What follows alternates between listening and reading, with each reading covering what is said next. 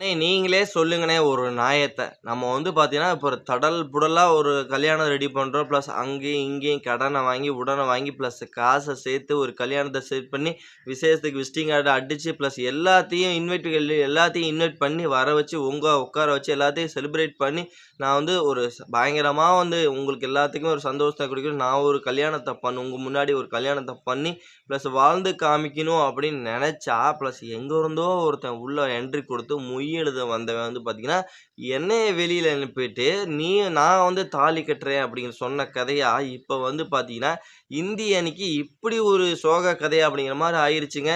ஏன்னா, நம்மளே வந்து பார்த்தீங்கன்னா, இப்போ வந்து பார்த்தீங்கன்னா, சவுத் ஆப்பிரிக்கா கிட்ட அடைஞ்ச தோல்வியிலிருந்து இப்ப ரொம்ப கஷ்டத்துல இருக்கு. பிளஸ் அதுலயும் வெந்த புண்ணுல வேல பாய்ச்சுற மாரி சிக்கந்தர் ராசா இப்படி ஒரு வசனத்த விடுவாருன்னு நான் எதிர்பார்க்கவே இல்ல.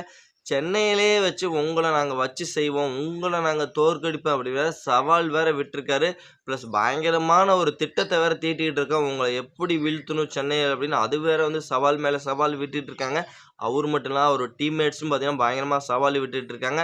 ஏன்யா இப்படி பண்றீங்க? இப்போ வந்து நாங்க எவ்வளோ கஷ்டப்பட்டு செலவு பண்ணி என்னென்னமோ தடல் புடல் ரெடி பண்ணி, நாங்க இது பண்ணும்போது நீங்க வந்து அலங்காம, ஓங்காம, ஒசராம வந்து பார்த்தீங்கன்னா, அழகா தாலி கட்டலாம்னு பார்க்குறீங்க. அது கொஞ்சம் கூட நியாயமே இல்லையா? வந்தீங்களா? வந்து ஆல்மோஸ்ட் நீங்க வந்து ஐபிஎல்ல விளையாண்டீங்களா? வந்து ஐபிஎல்ல விளையாண்டதுனால உங்களுக்கு இந்த கண்ட்ரிலாம் உங்களுக்கு தெரியும். பிளஸ் சாம்பார் சாதம் எல்லாம் நல்லா சாப்பிட்டு என்ஜாய் பண்ணியிருப்பீங்க. இந்திய கண்டிஷன்லாம் உங்களுக்கு ஒத்து போகும். ஆனா இங்கேயே தங்கணும்னு நெனைக்கிறீங்க பார்த்தீங்களா? அது ரொம்ப ரொம்ப தப்புயா. வந்தோமா, என்ஜாய் பண்ணோமா, மெரினா பீச் போனோமா, ஒரு சுண்டல் சாப்பிட்டோமா, போயிட்டே இருங்கய்யா. அப்ப அத வுட்டுட்டு சவால்லாம் விடாதீங்க.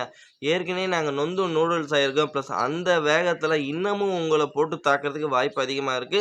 அப்படி என்ன சவால் விட்டாரு சிக்கந்தர் ராசா அப்படின்னு எல்லாமே இந்த வீடியோல தெளிவா பார்த்துடலாம் ஃப்ரெண்ட்ஸ். ஊர்லலாம் பழமொழி சொல்லுவாங்கல்ல, "யானை இளைச்சா பூனைக்கு கொண்டாட்டமா" அந்த மாரி இருக்கு. இன்னைக்கு நம்ம பசங்க பண்ற வேலை சேட்டைய வந்து பார்த்தீங்கன்னா, சிக்கந்தர் ராசா அந்த அளவுக்கு சவால் விட்டுட்டு இருக்காரு.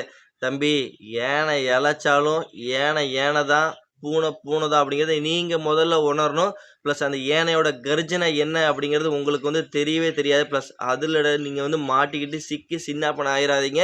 பிளஸ் அது வந்து கொஞ்சம் அசால்ட்டா டயர்டா படுத்துருக்கு. நீங்க வந்து உடம்பு பக்கத்துல வந்து பெரண்டு படுத்துனா நசுங்கி நஞ்சு போயிருவீங்க.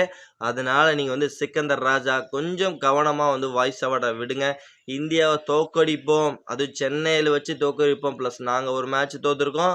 அவங்க ஒரு மேட்ச் தோத்துருக்காங்க. பிளஸ் இந்த வேர்ல்டு கப்ல எங்களுக்கு இனி இருக்கக்கூடிய 2 மேட்ச் ரொம்ப ரொம்ப இம்பார்ட்டன்ட் மேட்ச் அப்படின்னு நீங்க வந்து சொல்லியிருக்கீங்க.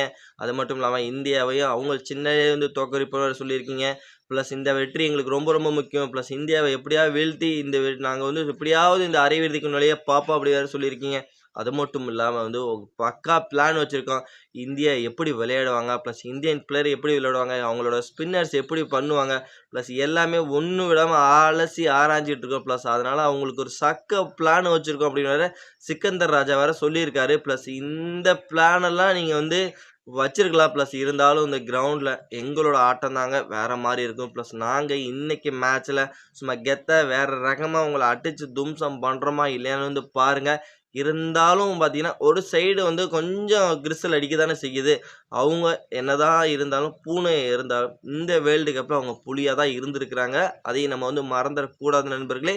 அது வந்து பார்த்தீங்கன்னா ஐசிசி உலகக்கோப்பையில வந்து பார்த்தீங்கன்னா, பெரிய பெரிய அணிகள வீழ்த்திட்டு வந்திருக்காங்க.